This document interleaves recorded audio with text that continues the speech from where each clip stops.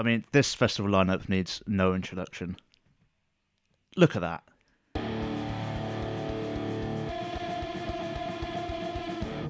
Hello, we're the Ragamuffins. I'm Alex. I'm James. And I'm Dan. And we want to talk about the When We Were Young festival.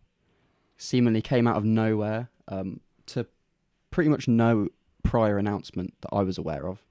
There was no announcement for the announcement. Yeah. That Just one announcement. No one was stoked to announce this announcement. It came out of nowhere and basically took over Twitter. What was your guys' reaction? It's broken the emo internet, hasn't it? How the hell are they managing to pull all these bands together? And the sheer volume of the amount of bands you've got on the bill and just the big names and how they're all managing to fit onto one day. That's the big thing. This is just one day, Saturday, October 22nd in Vegas. Getting all these people together, it's mind-blowing, to be honest. That's my one concern with it, really, is similar to Slam Dunk in the UK. They get so many bands stacked on the lineup that there's going to be clashes. There's going to be disappointment. You're not going to be able to see all of these bands. And how long are their sets going to be? If it's only one day and there's this many bands there. Well, that's the thing. I've crunched some numbers. Of course you have.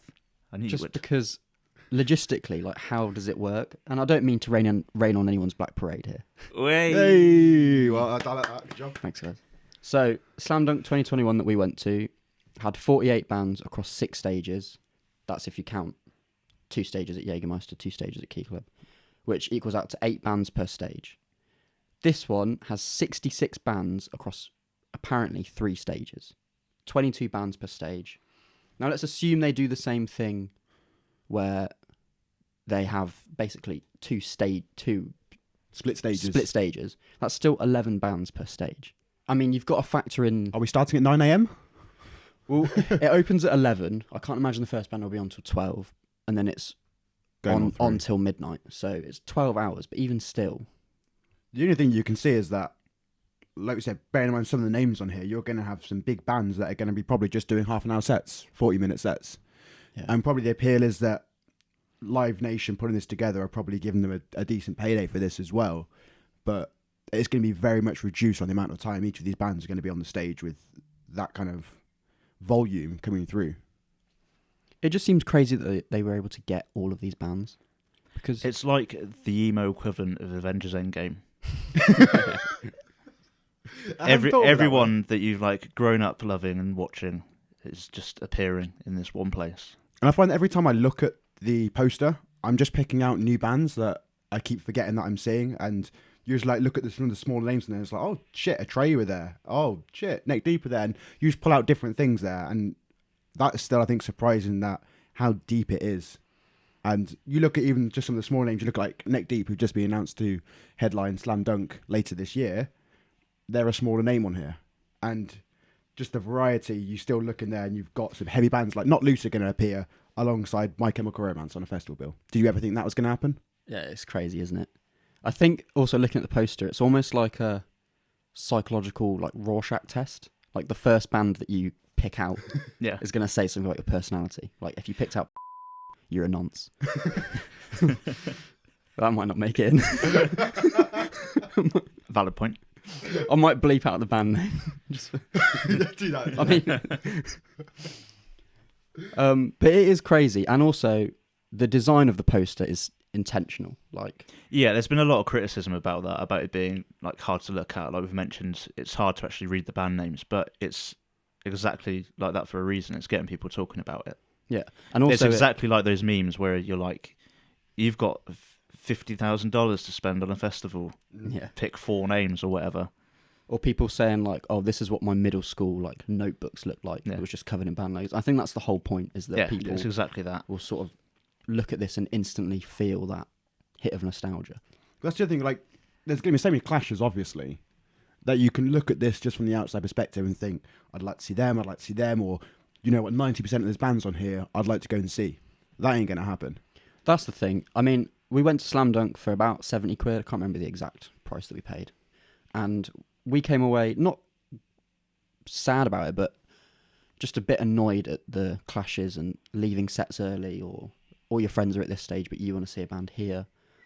And that was for 70 quid. When you're paying $224 for this, that's the lowest tier Yeah. of tickets, you're not going to see, I don't think, anywhere near enough bands to justify that much money. And that's just entry, isn't it? That's I mean, 224. it's each to their own, isn't it? For some people, that would be worth just seeing My Chemical Romance, or just seeing, I don't know, The Used, Taking Back Sunday. If you're a big enough fan of that, then fair enough. But I feel like if you it is can a lot of book all money. these bands, you could have saved half of this for next year, and or split it across 2 days. But Yeah, that's what I thought as well.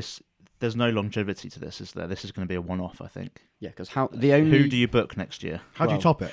I'll tell you 2 bands you could book: Green Day and Blink. Yeah. I can't think of anyone else you can book as headliners that are going to top My Chem and Paramore, because I think those are like the 4 biggest bands in that genre. So you said that 224 is just base price, so there are other tiers to it then? There are other tiers. I've not looked into all of them, but I will say this.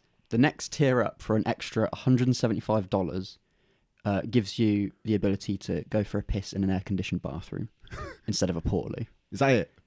And a fast lane, Yeah, you get entry. a dedicated entry lane at the main entrance. So dedicated entry lane and a nicer place to have a wee. Yeah. That's definitely worth $170 to me. That's insane to me. And the thing is, people will pay that. Hopefully, now that I've said it in those terms, people will be like, "Oh, that is ridiculous." But an extra $175 just to. And if you've bought a So- ticket at this price, please justify it in the Yeah. comments below. On top of that, if you spend an extra $100 for the VIP, you get everything else that you get from the previous ticket, plus a mobile phone charging station. For $100 extra. Oh, and a viewing area by the main stage. That might be another difference, I think. Yeah. That madness for the amount that you're paying for that. But that's, again, the thing is, if those bottom tier tickets all sell out, because they're going to be still limited on that, people are going to want to go to this so much, they'll buy these higher tiers. So you know that this is going to sell out. There's no easily. way. There's millions of people from all over the world that want to go to this festival. Yeah. I mean, I'd love to go, but like we've said, if this was spread over a couple of days, I'd be much more open to considering it, I think. But it is impossibly crazy to pack all that into one day. Yeah, because I just feel like you're going to come away from it feeling shortchanged in some way because think so. of the way the clashes are I going to think I'd come away feeling more disappointed about the bands that I haven't seen than excited about the ones that I had seen. Another thing that I think's a bit iffy is the whole sort of non-refundable aspect of it. Especially in the climate we're in at the moment. Yeah, and also this is a bit sort of conspiracies on Twitter, but at a time when Live Nation, who are facing all the lawsuits from Astroworld, people saying that this is just like a massive cash grab to try and pay off their like litigation fees. And It could be. You'd like to think that the integrity of a lot of these bands involved, if they had any questions or kind of hesitation about it not being legit, then yeah, they wouldn't want to put their name to it. that's true. Again, you look at comparisons, I've seen it being called Firefest too. I think it's difficult to compare things to Firefest Yeah. because that was literally people didn't have food No. for That is however long they were absolute there shit for. show. They had like a piece of toast with a slice of American cheese on it for like a whole day, and they'd paid thousands of dollars for it. Whereas this is, it might get cancelled. Mm. It's unfair to make that comparison, I think. I guess to wrap up, do you think it's going to be able to live up to its hype? I hope so. You'd like to think it will succeed. I think everything in the music industry at the minute, especially with gigs and the current climate, you want it to succeed. You want bands to be able to tour and earn money and be able to put on these shows. So I'll be definitely keeping an eye on it, hoping that it goes well. And the only other thing that'd be quite cool is if they manage to pull it off, is do a live stream of it. God, that'd be about $400. Yeah, I was going to say Yeah. for $75. Yeah, it'd be expensive as shit. But again, you look at if they want to expand the market on it a little bit, and we've spoken before in length about live streams and if they should continue and what we've got from watching them during all the COVID situations that have happened. So I'll be supporting it and keeping an eye. Well, yeah, the lineup's class. It's just a case of, I think people need to measure their expectations a bit. Yeah. Like you're not going to go there and see every single band on that lineup. So yeah, if you do expect to see every band, you're going to be disappointed. But if you go there knowing that you're going to see a handful of bands that you really love and are legends in the scene, then I think you'll have a great time. I absolutely agree. Who on this whole lineup would you be most excited to see? We'll do One. top three. No, let's do top three. Yeah. Okay. Top three. Oh, I got my top three while James Go on, you go. has his brain fart.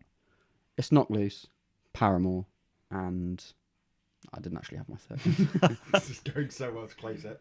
I'll say if I was there, a Trey would be my third.